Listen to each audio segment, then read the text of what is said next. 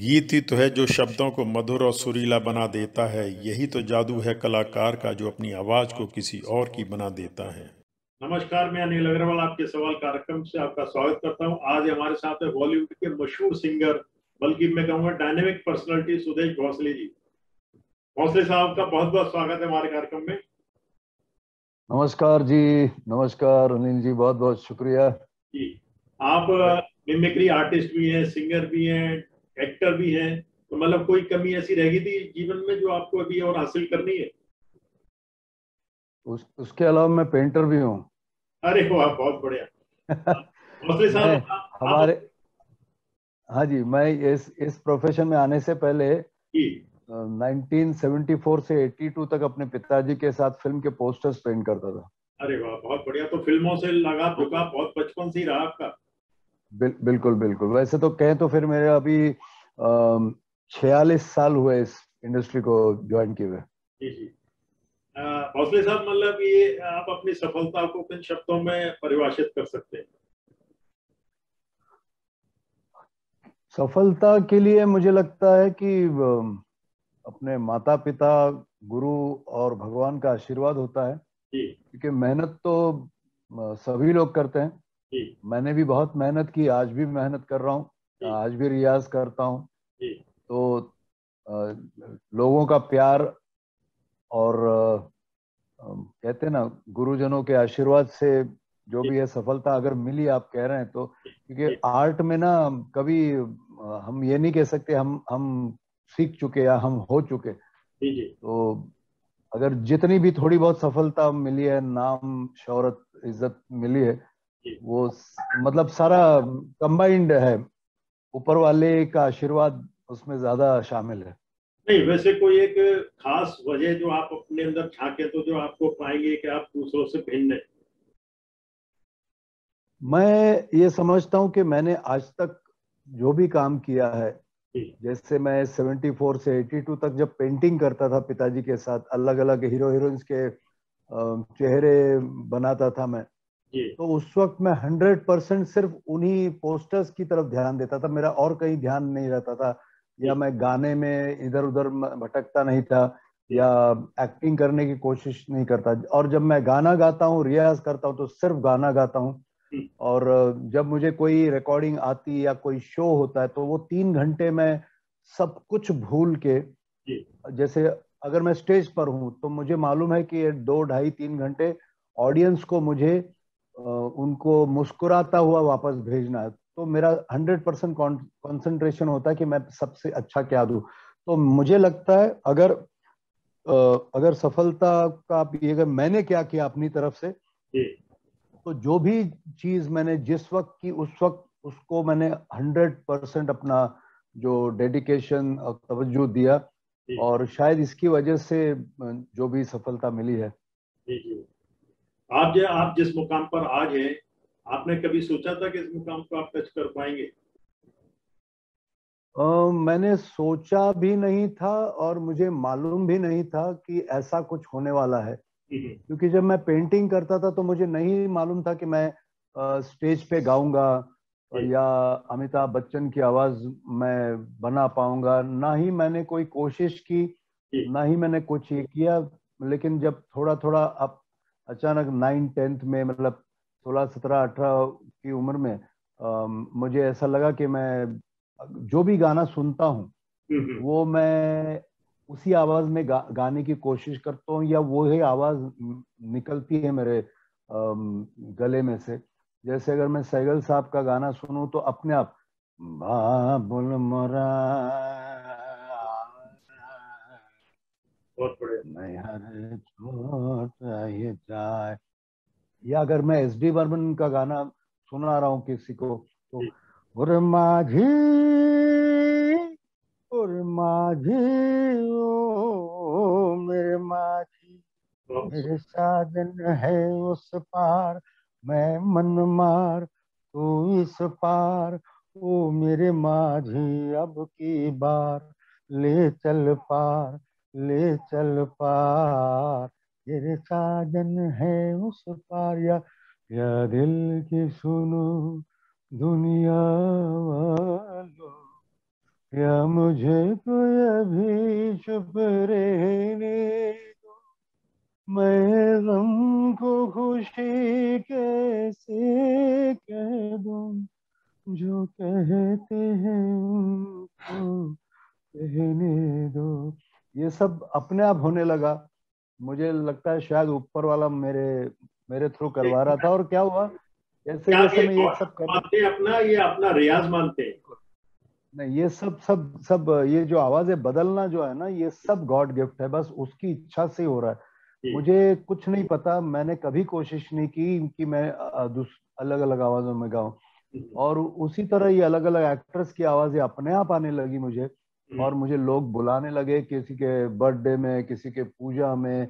और ऐसा करते करते फिर बड़े स्टेज पर मैं चला गया। और धीरे धीरे फिर मैंने देखा कि मेरा जो ब्रश है वो मुझसे दूर चला गया, मेरा माइक मेरे नजदीक आ गया। फिर मुझे भी वो तालियां, सीटियां, वंस मोर और पैसे अच्छे लगने लगे। तो इसका सिर्फ ये विधिवत प्रशिक्षण नहीं लिया जा सकता जो आप आवाज बनाते हैं? बिल्कुल नहीं, बिल्कुल। देखिए, आपको इसको प्रेजेंट कैसे करना है ओके। उसका प्रशिक्षण लिया जा सकता है। कि मतलब स्टेज पे आपको कैसे, जैसे आजकल होते हैं ना कॉर्पोरेट्स में, स्पीकिंग के क्लासेस होते हैं, लेक्चर्स के क्लासेस होते हैं कि कैसे प्रेजेंट करना है, तो कैसे बोलना चाहिए, स्टेज फियर कैसे भगानी चाहिए, इसका प्रशिक्षण होता है। ओके। लेकिन ये जो आवाजें निकालना ना, इसका कोई वो नहीं है, कोई मैथमेटिक्स, कोई साइंस नहीं। ये गुड ऊपर डे। वाला जिसको देता है देता है। क्योंकि मुझे कुछ आवाजें आती है, कुछ आवाजें बिल्कुल नहीं आती। हम्म, और जो अभी भी नए बच्चे आए हैं, नए जो यंग कलाकार हैं, वो नए एक्टर्स की इतनी अच्छी आवाजें करते हैं। हम्म, तो वो हर एक को ऊपर वाले ने डिसाइड करके भेजा है, ऐसा मैं समझता हूँ। और लेकिन हम्म, जो आवाजें मुझको, मैं कर सकता हूँ, इमिटेट कर सकता हूँ, उन पे फिर मैंने बहुत रियाज किया, बहुत प्रैक्टिस की, बहुत ज्यादा उनकी फिल्में देख देखकर उनको पॉलिश करना मेरा काम था। और फिर मेरा ये काम था कि जब जब भी मैं स्टेज पे जाऊं, हम्म, तो एक एक आवाज, अगर मैंने नई कोई आवाज ये की है, सपोज मैं एक मूवी देख रहा था अमिताभ बच्चन साहब और अनुपम खेर जी की। हम्म, तो अमिताभ बच्चन उसको उनको अनुपम जी को एक चांटा लगाते हैं, तो अचानक अच्छा, मैं घर में देख रहा था ये, हम्म, अनुपम खेर जी ने एक डायलॉग बोला और उसके तुरंत बाद मेरे मुंह से वही डायलॉग निकला, जैसे तू मेरा बेटा है बेटे, मिस्टर डेविड आ। हम्म, तो इमीडिएट मैंने रिपीट किया, तो बोले अरे आ गई आवाज। हम्म, तो कुछ आवाजें अपने आप आ, जैसे सारा शहर मुझे लॉयन के नाम से जानता है, बहुत ये सही, अपने आप आई आवाज। बहुत सही। संजीव कुमार की आवाज के लिए 10 दिन मुझे, मतलब मेरी आवाज बैठ गई थी, बहुत कोशिश के बाद वो आई। तो ऐसी कई आवाजें हैं। जैसे अमिताभ बच्चन साहब की आवाज कहें तो मेरा और कॉमेडी का वैसे कोई लेना देना नहीं, मैं बहुत सीरियस आदमी हूँ, बहुत शांत आदमी। हम्म, तो हुआ ये कि एक फिल्म देखी मुकद्दर का सिकंदर, और दूसरे दिन स्कूल जाके किसी को देख के बोला, अपने दोस्तों के साथ चल रहा था, हम्म, ऐसे ही बोला, ए जोरा जान दरवाजा खोल दे। तो मजाक में बोल दिया। अब दोस्त मेरे पीछे पड़ गए, कह रहे अभी जो तुमने बोला वो अमिताभ बच्चन जैसा था। तो हम्म, फिर वो उसको रिकॉर्ड करके सुना तो काफी करीब था। फिर मैंने दीवार, अंधा कानून, लावारिस, जंजीर, इसके डायलॉग्स, कैसेट्स लाई, उसके डायलॉग्स लिखे। और फिर बाथरूम में जाके उसके कोने में जो वो, या किसी रूम के कोने में जाके उसका इफेक्ट आने के लिए, रिवर्ब आने के लिए मैं वो करता था, यार तुम्हारा घर में, तुम्हारा सामने किसी ने फादर को, और तुम देखते रह गए। तो ऐसे कुछ करने लगा प्रैक्टिस। फिर जैसे जैसे मौका मिलता था माइक पे, तो एक एक लाइन करता था मैं, ताकि मालूम पड़े लोगों का रिस्पॉन्स।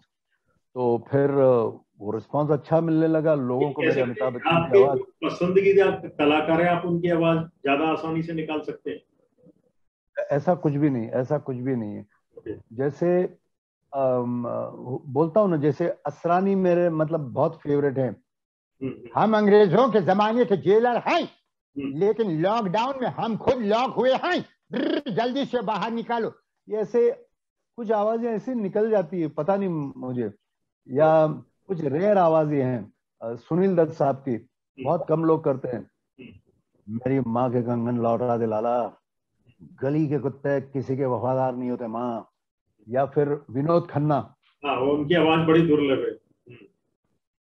यहाँ का दादा है तू, हाँ, अपनी बस्ती वालों के सामने रोब जमा रहा है तू, हाँ, और मेरी वर्दी की वजह से चुप है तू, हाँ। तो ये अपने आप हुआ है, कुछ मैंने कुछ नहीं किया। लेकिन हाँ, मैंने फिर उनको और सुन सुन के उनकी बारीकियां सीखने की बहुत कोशिश की। तो मैं वही कह रहा हूँ कि जो ऐसी आवाजें जो अलग अलग आवाज। नहीं निकाल पाए जी हैं। जी। हाँ, कोई ऐसी आवाजें बहुत सी निकाल नहीं पाए। बहुत सी बहुत सी आवाजें, जैसे नए एक्टर्स हैं उनकी आवाजें मुझे बिल्कुल नहीं आती। हम्म, मैं कोशिश भी करता हूँ तो भी नहीं आती। हम्म, लेकिन एक समय था कि जब कोई भी आवाज चाहे तो मैं आराम से निकाल लेता था। हम्म, लेकिन जो जो उस वक्त की आवाजें हम लोग करते हैं, वो उनका एक शब्द भी बोले तो लोग पहचान जाते हैं। हम्म, तो मैं उन्हीं वॉइसेस को एंजॉय करता हूँ, 60s 70s 80s की। हम्म।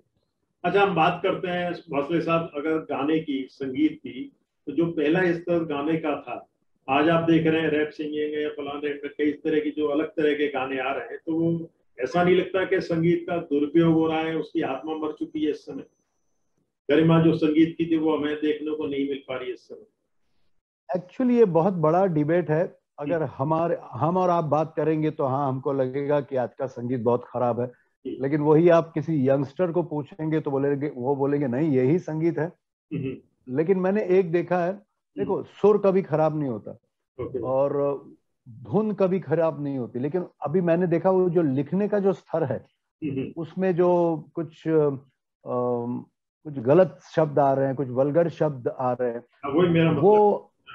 हाँ, वो जो जो जो लिखता है, या जो जो भी कला, वो भी एक कलाकार है, एक शायर, एक लिरिसिस्ट, या जो संगीतकार है, उन्होंने सोचना चाहिए कि हम क्या दे रहे हैं आगे सामने वालों को। तो अगर हम गलत देंगे तो कुछ कुछ ऐसे लोग हैं उनको वो अच्छा लगता है, तो इसका मतलब ये नहीं कि वो आपका गाना अच्छा हुआ। तो मुझे लगता है ये स्टैंडर्ड, थोड़ा पहले जो शायरी में जो एक स्टैंडर्ड हुआ करता था, एक दर्जा हुआ करता था, एक एक मतलब निकलता था उससे। आजकल कभी कभी लगता है कि इसको ट को टो, म को म जोड़ दिया है, तो लगता है। और दूसरी बात ये, अगर स्टैंडर्ड आप कहेंगे तो उस वक्त हम जब गाते तो म्यूजिशियंस के साथ गाते थे, लाइव होता था गाना, या रिकॉर्डिंग साथ में होती थी। अभी क्या होता है कि अभी एक एक लाइन भी नहीं, एक एक शब्द भी डब कर सकते हैं हम।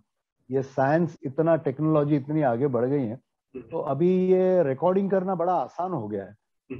और वो कुछ लोगों को आदत भी पड़ गई, वो एक मुखड़ा सीधे गा भी नहीं सकते। तो वो थोड़ा सा, लेकिन कहते ना, समय के साथ चलना पड़ता है। और दूसरी बात, ये उन लोगों को सोचना चाहिए जो प्रोड्यूस करते हैं ऐसे गाने, जो वो जो कंपनीज हैं, जो प्रोडक्शन हाउसेज हैं, उनको ये करना चाहिए कि हमारी फिल्म में हम ऐसे वल्गर गाने या ऐसे दर्जाहीन गाने नहीं रखेंगे। वो लोग बोलते नहीं यही बिकता है, तो ये आर्गुमेंट मुझे पसंद, मतलब मुझे समझ में नहीं आती। आप बच्चन साहब की रूह को आवाज ले, में ले, ले, लेकिन लेकिन मैं कहूंगा कि जो हमारे यंग म्यूजिक डायरेक्टर्स हैं, यंग सिंगर्स हैं, उनके टैलेंट में जरा भी कमी नहीं, बल्कि तो वो तो इतने अच्छे टैलेंटेड है, बस उनको अच्छा मौका मिलना चाहिए। क्रिटिकल नहीं मिल रहा। हाँ, उनके बीच में किसी ने इंटरफियर नहीं करना चाहिए। उनको अगर खुला हाथ छोड़ो तो कोई भी कलाकार खुद होके एक खराब गाना नहीं बनाएगा। बच्चन साहब की आवाज में आप हूबहू वैसा गाना गा लेते हैं, तो कई बार उनको भी लगा, कंफ्यूजन हो जाता है कि वो खुद गा रहे हैं आप गा रहे हैं। हाँ, ऐसा कभी कभी हो जाता है। पब्लिक को आज भी नहीं पता कि जुम्मा चुम्मा मैंने गाया है, शावा शावा मैंने गाया है, सोना सोना मैंने गाया है। कभी कभी बच्चन साहब मजाक में बोलते हैं, भैया, अरे भैया, ये तुम गा रहे हो कि मैं गा रहा हूँ, समझ में नहीं आता। बोले सुदेश भोसले गाता है तो कहते हैं अमिताभ बच्चन ने गाया, मैं गाता हूँ तो कहते हैं सुदेश भोसले ने गाया, ये हो क्या रहा। तो मजाक करते हैं कभी कभी। एक दो लाइनें शाबा शाबा की सुनाना चाहेंगे? बिल्कुल। अजय बादशाह की देख रहे तो सही, चलो शुरू हो जाओ। 1 2 1 2 3 4। रूप तेरा सोना सोना, सोनी तेरी पायल, छन छना छन ऐसे छन के कर दे सबको घायल। हे कह रहा आंखों का काजल, इश्क में जीना मरना। एवरीबॉडी शावा शावा, माहिया से शावा शावा। ये बहुत सुंदर। मुझे एक सेकंड के लिए तो ऐसा लगा मैं बच्चन साहब का इंटरव्यू ले रहा हूँ। Thank you. भोसले साहब, आपका क्या ड्रीम है आगे? क्या आप इंडस्ट्री के लिए देना चाहते हैं, क्या करना चाहते हैं? इंडस्ट्री के लिए, या मैं कहूँगा, मैं मैंने हमेशा ये ख्याल रखा है कि जब भी मैं रिकॉर्डिंग करता हूँ या मैं किसी की नकल करता हूँ या मैं स्टेज पे शो कर रहा हूँ या टीवी पर हूँ, तो मैं कोशिश करता हूँ कि मैं अच्छा दर्जेदार एंटरटेनमेंट करूँ, साफ सुथरा एंटरटेनमेंट करूँ। और इंडस्ट्री के लिए क्या, मैं तो मतलब जनता के लिए, हम जो है ना, हम तो ऑडियंस के लिए, वो उनका प्यार मिलता है तो हम बड़े होते हैं, वो नजर हटाते तो हम बिल्कुल हट जाते हैं दुनिया से। तो मेरी ये कोशिश हमेशा रही है कि मैं उनको हमेशा, मैं अपने आप को singer, actor, dancer, comedian, painter ऐसा नहीं मानता हूँ, मैं एक एंटरटेनर मानता हूँ अपने आप को। और मैं एक छोटे 8 साल के बच्चे से लेके 80 साल के बुजुर्ग तक मैं कोशिश करता हूँ कि उनको मैं मनोरंजन करूँ। और यही है मेरी मतलब हमेशा कोशिश रहेगी कि मैं उनको अच्छा एंटरटेनमेंट दूं, फिर वो गाना हो या कॉमेडी हो या मिमिक्री हो या कुछ थोड़ी सी मस्ती करके स्टेज पर। बहुत बढ़िया। आपका कोई ड्रीम भोसले साहब जो भी बाकी रह ड्रीम? गया हो? नहीं, ड्रीम तो ऐसे ऐसे सपने भगवान ने पूरे किए हैं जो देखे भी नहीं थे, भगवान ने कुछ ज्यादा ही दे दिया है। लेकिन हाँ, एक ड्रीम ये है जरूर कि जैसा मेरे अमिताभ बच्चन की आवाज में गाने हिट होते हैं, लोग पसंद करते हैं, मेरा संजीव कुमार की आवाज पसंद करते हैं, अलग अलग एक्टर्स की आवाज में पसंद करते हैं, या अलग अलग गायकों की आवाजों में मुझे पसंद करते हैं। कभी कभी ऐसा सोचता हूँ यार, सुदेश भोसले की आवाज में गाना हिट हो जाए और लोग मेरी आवाज भी पहचाने। मेरी आवाज ही पहचान है, घर याद रहे। आप अपनी आवाज में कोई एक दो लाइन सुनाए। हाँ जी, मैंने एक गुनहगार फिल्म आई थी, इसमें अतुल अग्निहोत्री के लिए मैंने गाया था।